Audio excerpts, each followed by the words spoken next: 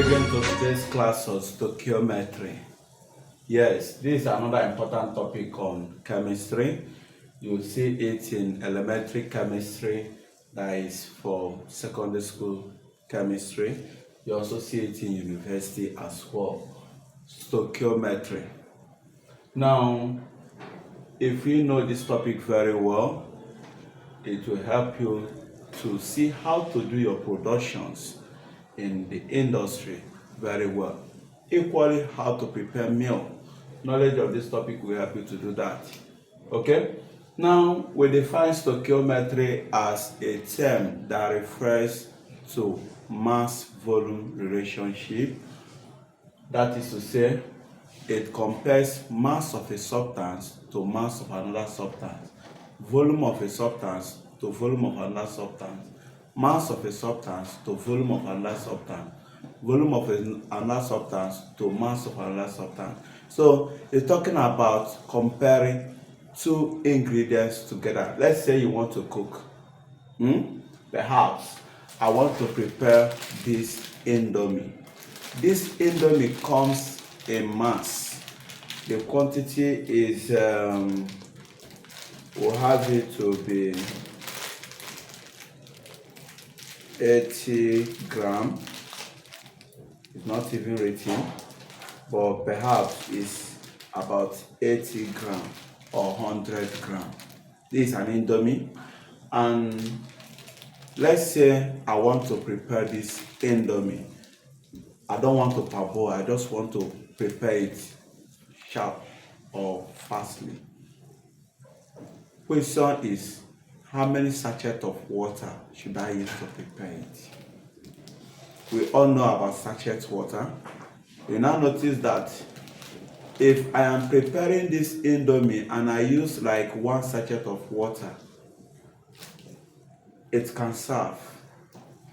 But if I use like 5 sachets of water to prepare this indomie, you will now see that this indomie will be watery. It will look as if you are taking ordinary water. And the person you prepared it for will not appreciate it. He will not even take it because it will cause diarrhea for such person. That means we need to know how to prepare this indomie. With knowledge of stoichiometry, it will help you to do that. The volume of water comes in the sachet water you use. 1 sachet water is about 50 to 60 centiliter. Okay, so you now say 60 centiliter was used to prepare 1 sachet of indomie. If you use more than that, let's say 3 sachets of water, 4 sachets of water, 5 sachets of water to prepare this quantity of indomie, that would be an issue. So that water is volume, this is mass. We'll compare volume and mass. 1 sachet of water, 1 sachet of indomie. So that is about stoichiometry. Stoichiometry can also talk about mass of a substance and mass of another substance. Do you get it? Let's say I want to drink cornflakes, and let's take this to be my cup. I filled it with cornflakes. If I use cube of sugar that is small like this to take this cornflakes, will these cornflakes be tasteful? That is the question. Believe me, it will not be tasteful because the cornflakes, the quantity is bigger than the quantity of the sugar. The sugar is a mass. It comes as mass, not volume. It comes as mass, and this cornflakes comes as mass as well. Whether they tell you that the sugar is in volume, volume can be converted to mass because 1 cm cube is equal to 1 gram. So I'm taking the sugar as it comes as mass.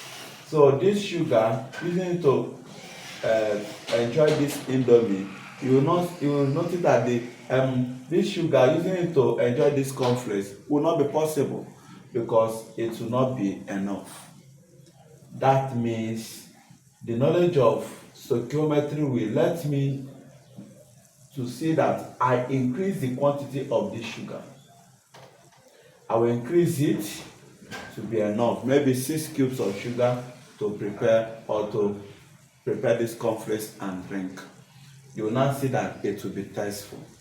Now, taking this scenario again, I am taking this small quantity of sugar to take this cornflakes. You will now see that since it will not be tasteful, it will not be sweet while tasting it, chemistry will ask you which of these two reactants are or is limiting or in limiting quantity. Which of these two reactants is in excess? Now, because this cornflakes, the quantity is bigger than the quantity of the sugar used to prepare it, you say that the cornflakes is excess, while the sugar is limiting. Now, back to this Indomie. When you use 5 sachets of water to prepare this Indomie, believe me, water will be called the excess reactant, while this Indomie is limited because it will be a watery Indomie, and it will not be tasteful for one or healthy human being to take it, or any reasonable human being to take it, because why I say it not be okay for any healthy or reasonable human being to take it is that mad person can do that. So we'll talk about reasonable human being. They will not be able to take it because it will cause diarrhea. So water will be excess, while this will be called the limiting reactant. That is about elementary case of stoichiometry. Want to now bring in the knowledge into chemistry aspect, because in production you need to understand this concept very well while running your productions, because any question can be asked while running stoichiometric questions. Now we are told that propanol reacts with thionyl chloride to form chloropropane according to the following reaction equation. This is propanol, this is thionyl chloride, this is chloropropane form, and other gas. This is sulfuric gas, that is sulfur 4 oxide gas, and this is hydrogen chloride gas. Okay, if 230 gram of this is reacted with 400 gram of TNC to form 250 gram of this, then I ask this question. In production, what will help you to know the quantity of one ingredient you have to take to mix with another quantity of another ingredient? What will help you to know their quantities you have to take is a well-balanced stoichiometric equation. From a well-balanced stoichiometric equation, you will get that information on the quantity of this you have to take to mix it with this, so that you will have this successfully prepared. Now, that is the answer. A well-balanced stoichiometric equation is used to know the quantity of the reactants you have to take to do your productions. Now, back to our scenario. What helps us to know the quantity of water, the quantity of Indomie we have to use to prepare this tasteful Indomie? It's written at the back of the Indomie sachet. You will be seeing where they will say, okay, if you want to prepare this, use 1 sachet of water or 1 glass of water. Here they say use 1 glass of water. Personally, I don't go by 1 glass of water because glasses are of different volumes. I like specifying the volume. 1 sachet of water in many parts of the country, 1 sachet of water comes as what? 60 cl or 50 cl depending. So most places have it that way. So when you tell someone 1 sachet of water, you will easily know the quantity. Well, saying 1 glass of water with 1 sachet of Indomie, that means you didn't specify the exact size of that glass of water. But the procedure is written at the back. That is the same way the well-balanced stoichiometric equation will serve as a procedure you have to follow to do your production. That is, take this quantity, mix it with this quantity, and you get this and this successfully done. And this is one of the things the bodies that are responsible for regulating the products produced in any part of the country, this is one of the rules they follow. They use a well-balanced stoichiometric equation as well. That is elementary chemistry. That is the knowledge they will grab from that. Well-balanced stoichiometric equation are applied while solving all this. Now, how do we know the procedure? How do we know this quantity and this quantity? It's from getting the formula mass of each of these compounds. It's from getting the formula. When I get the formula mass of this, that will give me the quantity I am to take. Get the formula mass of this, that will give me the quantity I am to take. How do we get the formula mass? Formula mass is equal to the molar mass times the number of moles. The molar mass times the number of moles. How do we get the molar mass? For carbon, atomic mass is 12, hydrogen is 1, oxygen is 16, then chlorine is 35.5, sulfur is equal to 32. Okay? So, having known this, their atomic masses, which are gotten from mass spectrometer. So, having noted them, I will now say, let me get the atomic mass of C3H7O7OH. Get the atomic mass of this. Then, for C3H7OH, I'll be saying 12 times 3. That will be giving me 36.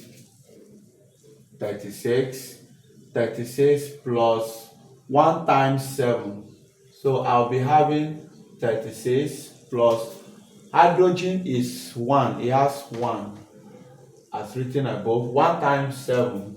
7 plus, I will now say again, oxygen is 16 and hydrogen is 1. 36 plus 7, 43. 43 plus this, that is 59 plus 1, 60 grams. I will write here 60 grams. That means I'm to get 60 grams of what? Propanol. I come for thionyl chloride. For thionyl chloride, I will say sulfur is 32 plus oxygen is 16. Then chlorine is 35.5 times 2. That will be giving us 71. This is 48. This is 119 gram. So this is 119 gram.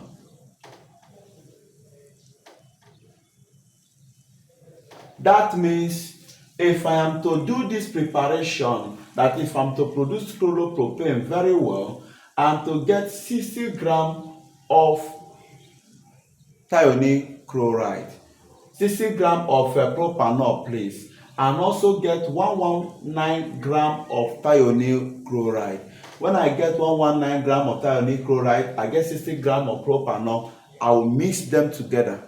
When I mix them together, on heating them or on mixing them together while heating them, I'll be producing what? This. I'll be producing this. So that is it. That means this is the quantity I need. This is the quantity I need for me to do the production. Okay? You don't need to know the procedures required for the production to take place. It's not your concern in stoichiometry. What matters is what is the quantity you need for this? What is the quantity you need for this? And do other necessary calculations. Okay? Now, if 230 grams of ppn is reacted with 400 grams of TNC to form this producer went and collected 230 grams of ppn and reacted 400 grams of this. Now, the bodies in charge of regulating or checking if the production is well done, they are here to check this producer products. They are now trying to check if this quantity the producer use, if it is in order, if it follows this pattern. This means that if you are using 120, since 60 is 119, 60 of this go with 119 gram of this. That means 120 of this will go with 119 times 2 of this. 3 times is 180, will go with 119 times 3 of this. That is just what is to be done while following this pattern. That means you are using direct proportion pattern to do it. Okay, now we using the direct proportion. We now say 60 gram. We're using direct proportion pattern. We now say 60 grams of the ppn reacts with what? 119 gram of what? TNC. Then when he used 230 gram of ppn, what you'll be checking is if it will give you 400. If you check it from your cross multiplication and it gives you 400, that means everything is okay. The two reactants are in order, they are in good quantity. That means none of the reactants is in excess and none is in limiting quantity. Okay, but once you cross multiply and it's giving you smaller than 400, less than 400 gram, once you cross multiply and it's giving you less than 400 gram, what you will say is that since it gives me less than 400 gram, you tell them that TNC is excess. The quantity of TNC you use is in excess. But if it gives you from cross multiplication greater than 400 gram, that is a number higher than 400, the implication is that the TNC he used, which is he used 400, the TNC he used is limiting. TNC limiting. Why here TNC excess? TNC limiting and here TNC excess. Please note it. Note it. That is what we want to achieve here. Now let's cross multiply. Okay, 230 times 119 divided by 6, that will be giving us 456.17 gram of TNC. That means this is the exact quantity of TNC the producer supposed to use to combine it with 230 gram of what? Propanol. It's supposed to collect 456.17 gram of TNC and mix it with 230 gram of what? Propanol, so as to get a good product produced. But what did he use? 400 gram. You now ask yourself, what you got, is it less than 400 or greater than 400? You say it's greater than 400. That means your TNC is what is in limiting quantity. I will say, which of the data is present in limiting quantity? I say, since this my answer from cross multiplication is greater than what the producer used, because this is with respect to TNC, it is greater than, it means that the producer supposed to use 456.17 gram. Even if you use 456 gram, okay, you're supposed to use 456 gram of TNC instead of 400. So the quantity of TNC you use is smaller than what he's supposed to use. This quantity you use is smaller than what he's supposed to use, and that is why we will say that TNC is what is present in limiting quantity. TNC answer. And the name of that TNC is thionyl chloride. Okay, we go to the next question. What mass, let's clean. So since we have realized that TNC is what is in limiting quantity, since we have realized that TNC is what is limiting quantity, since this is a limiting quantity, this automatically will be in excess. One will be in limiting and one will be in excess. If this is in limiting, it means that this will be in excess. That is why in stoichiometry, only two reactants is what you'll be comparing. You can't have more than two reactants. So that when one is limiting, the other one will be in excess. Okay? Then it is important for us to note that it is only the limiting quantity that determines the mass, the quantity, the amount, the volume, the number of particles of the product you are to produce. It is only the limiting quantity that determines the amount, the mass, the volume, the quantity, number of particles of any of these products you are to produce. Why do I say so?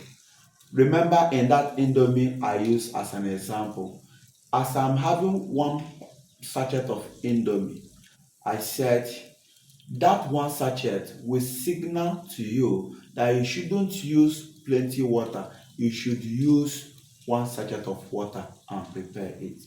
That means that limiting quantity, that limiting reactant called the indomie is what determines the quantity of water you are to use to prepare a tasteful indomie.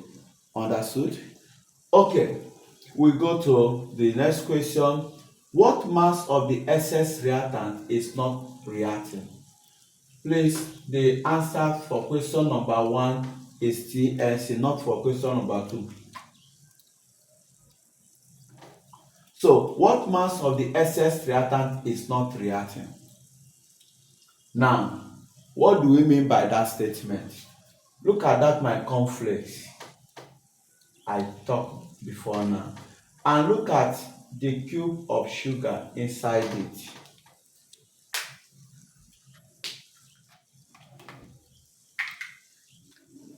Look at the cube of sugar inside it and look at the cornflakes.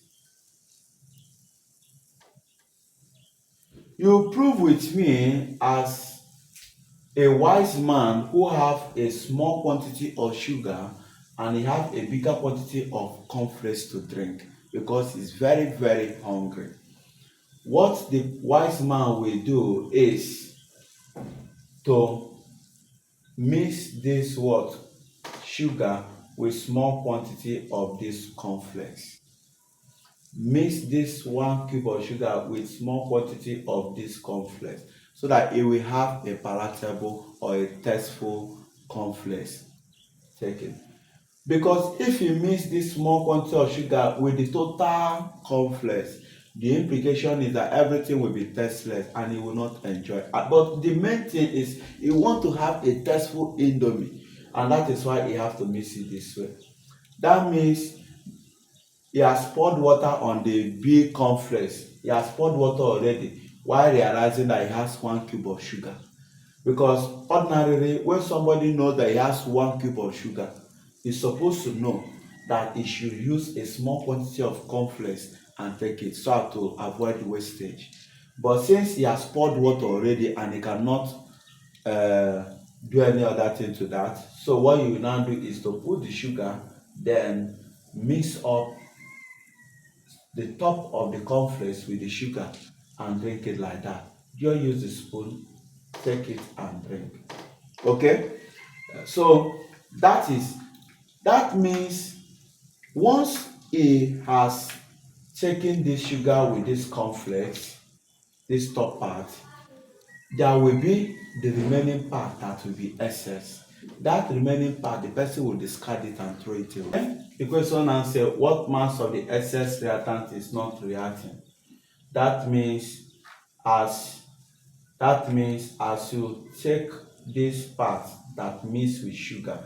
Two things makes up a product, two reactants. There must be at least two reactants. You will get a product. A single mass of a substance cannot make a product. There must be two different masses or three or four different masses reacting together to make a product. So that means that if they ask me to get the mass not reacting, I will try to let them know that look at what they mean, that this, look at the cup. Now this is the part you took away with, you just enjoyed with your spoon. So you have collected this part and enjoyed it. This remaining part, these are just cornflakes without sugar. So this part didn't react with sugar. That is the mass of the cornflakes that did not react. Now we want to see how to note or get it from this question given to us.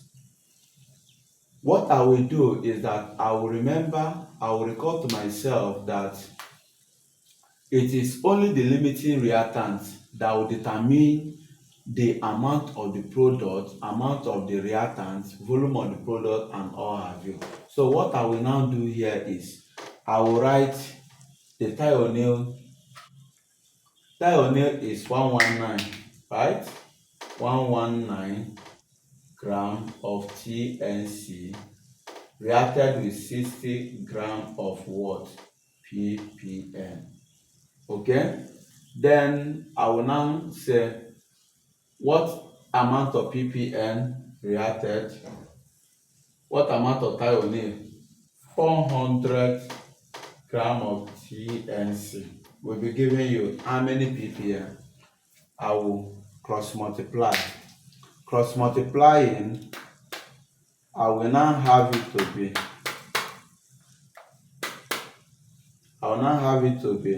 400 times 60 divided by 119. That will be giving us 201.7 grams of ppm. Now, how many quantity of ppm went into the reaction? 230. That means I will be subtracting 230 and what? 201.7. This is the total ppm, which we call the excess reactant. The total ppm that went into reaction. And as it went into reaction, only 201.7 grams reacted. So the remaining will minus 230 and 201.7 to be giving us 28.3 gram of ppm. So 28.3 gram of ppm is the mass of that excess reactant called propanol. Is the mass of that excess reactant in this preparation. So it means that this preparation is not balanced. That is, one is in limiting and one is in excess. And the one that is in excess is propanol, and the one that is limiting is thionyl chloride. And because propanol is in excess, we realize from our calculation that propanol is in excess by 28.3 grams. Okay, that is, the producer is supposed to remove 28.3 grams from this total ppm before you can now react with 400 grams of TNC so as to get a better product. Okay, now the producer has succeeded to do his own preparation as he wants, which we have realized that it is wrong. After preparing it, he produced 250 grams of CPP. This 250 grams is what we call the actual yield. The yield the producer have. Are you getting it? Now, for us to solve that question number 3, what is the percentage yield of CPP? It has a formula. The formula is percentage yield equals to actual yield all over theoretical yield times 100/1. actual yield all over theoretical yield times 100 over 1. Okay, so what we now do is we now say, what do we mean by actual yield? Actual yield is the yield or the mass that producer produce from that his wrong production. We have our actual yield to be 250. Then what is our theoretical yield? Theoretical yield is that exact quantity is supposed to use. That is to say, they say what is a percentage yield of CPP? Let's see it. Since our limiting reactant which we need to use it to prepare our what product called CPP, since our limiting reactant is TNC, I will say 119 gram of TNC will be producing, because that is our limiting, and we stated that it is the limiting reactant that determine the exact quantity, exact mass, exact volume, exact number of particles of any of the products produced. Now this is our limiting reactant. We now check the molar mass of this. When we get the molar mass, we multiply it by 1, it will give formula mass. All this is their molar mass will multiply by 1. That is how we got their formula mass.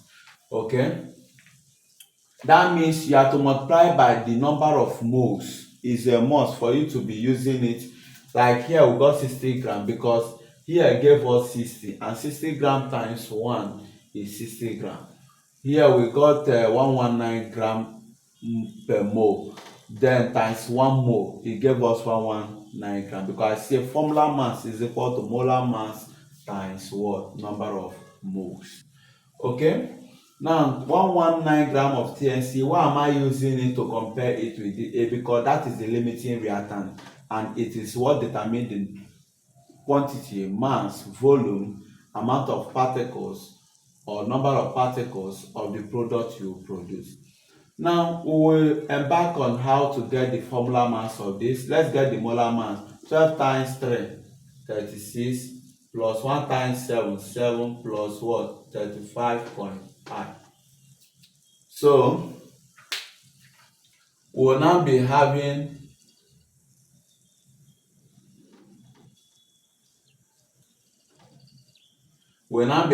this will be 43. This is 78.5. So 78.5 gram per mole times 1, that will be giving 78.5 gram.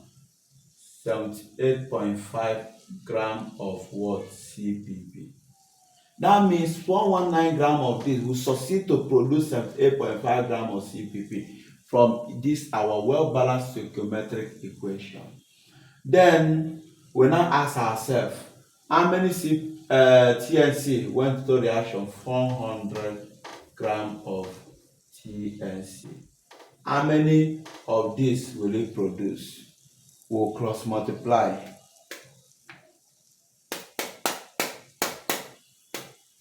We have it to be 400 times 78.5 divided by 119. That will be giving us 263.87 gram of CPP. So this is what we call the theoretical yield. The exact quantity of yield is to get considering our what? Limiting reactant. That is the theoretical yield. I will now say that means that my percentage yield will be equal to actual yield is what? That is what is given to us. That is what the producer produced from that wrong production. We have 250 all over theoretical yield is 263.87, then times 100 over 1. So will be 250 times 100 divided by 263.87. Please don't mind this calculator. Just use your calculator and press it. 263.87. 94.7%. That means the percentage yield will be equal to 94.7% from this formula. Percentage yield equal to actual yield all over theoretical yield times 100/1. And we said the actual yield is what it got exactly from the strong production. Then the theoretical yield is what it got from the limiting reactant being compared in this well-balanced stoichiometric equation. Compare the limiting reactant with the product is to produce. Then we get our CPP, the theoretical yield. Okay, then we go for the next question. What volume of SO2 is to be produced at STP? When you hear what volume is to be produced at STP, please remember Gay-Lussac's law, which states that at STP, 1 mole of a gas is equivalent to what? 22.4 gm3. Now, we need to know the volume of this produced. And for us to know it, we need to know the mass, the number of moles of this produced. And we said that it is the theoretical yield that will tell you anything about this product side. The quantity of the product side, the volume of the product side, the number of particles of the product. It is this limiting reactant that does that work. So what I will do, I will get the formula mass of this. S is 32, sulfur is 32. I will write 32 plus oxygen 16 times 2, 32, that is 64 gram. That is, here is 64 gram. Gram per mole times 1 will give me 64 gram. That is why you see me, I just put 64 gram.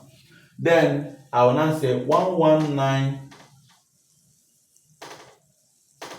gram of TNC will produce automatically 64 gram of SO2, please. This is sulfur 4 oxide gas. So since it will produce this now, we now say how many of TNC reacted? 400 gram of TNC will be giving you what? We now say that will be giving me 64 times 400 divided by 119. 215.13. 215.13 gram of SO2. Now, this gram of SO2 is what we call the mass. We need to get the number of moles. Number of moles, we say that number of moles is equal to mass all over molar mass. Mass is 215.13. Molar mass of SO2 is 64 gram per mole. Molar mass of SO2 is 64 gram per mole. When we divide it, we say number of moles is mass all over molar mass. And this is the mass gotten. The molar mass is 4 gram per mole. Then when we divided by 64, we'll be getting 3.36 moles. I've gotten the number of moles of SO2. What I will now say is, since at STP, 1 mole is equal to 22.4 dm3 or 22,400 centimeter cube. But why we are using 22.4 dm3 is because they say in dm3 is equals to, when we now have 3.36 mole, which means we'll cross multiply. This is what happened at STP. We now say times 22.4. That will be giving us 75.3 dm³ of SO2. So this is the quantity of SO2 we are to produce. This is the volume of SO2 we are to produce. If they say find the number of particles of SO2 that will be produced at STP, or number of SO2 that will be produced at STP, it means we'll be comparing 1 mole to what? 6.02 times 10 raised to the power of 23 particle from Avogadro's law. That means you will not use Gay-Lussac, you use Avogadro, because they are talking about number of particles of SO2 produced.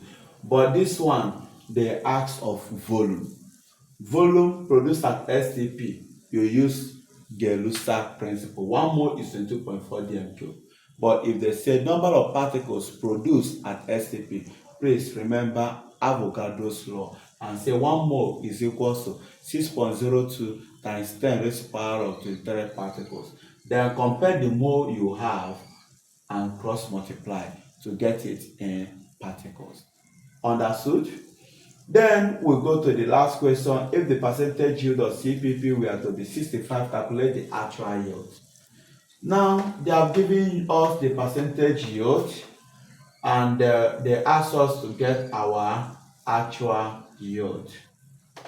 That means we will use the formula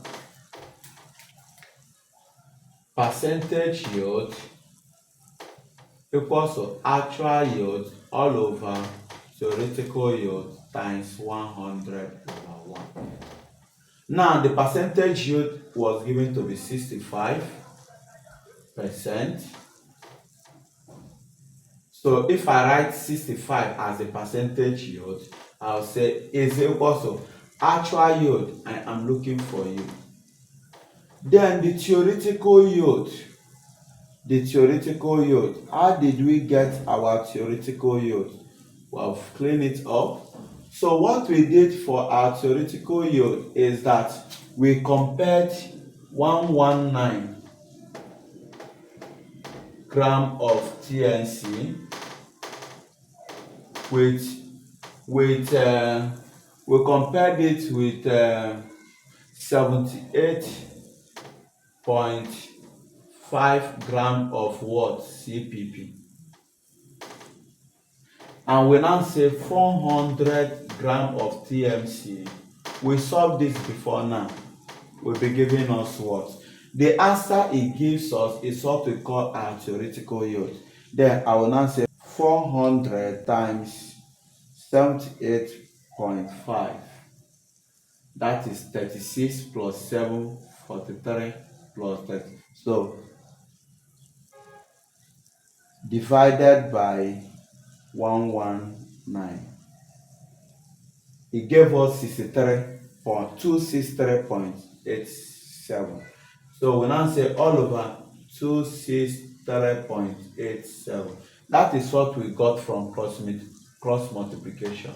This times 400 all over 119. We did it before now, and from there we got our what? Theoretical yield. Then we say times 100/1. We are making AY, that is actual yield, subject of formula, and that will give us that actual yield will be equal to 65/1. 65 times 263. 65 times 263.87. Whatever you get divided by 100. Let's see what it will give us. We now say 263 times 65 times 65 please, divided by 100. That will be giving us 171.5 gram of what? CPP. Let me do it again. 65 times 263.87 divided by 100. 171.5 gram of CPP. So that will be percentage, that will be the actual yield of CPP, having given you the percentage yield to be 65. So that is for this stoichiometry. We'll be going to the next topic. Thanks for watching the video.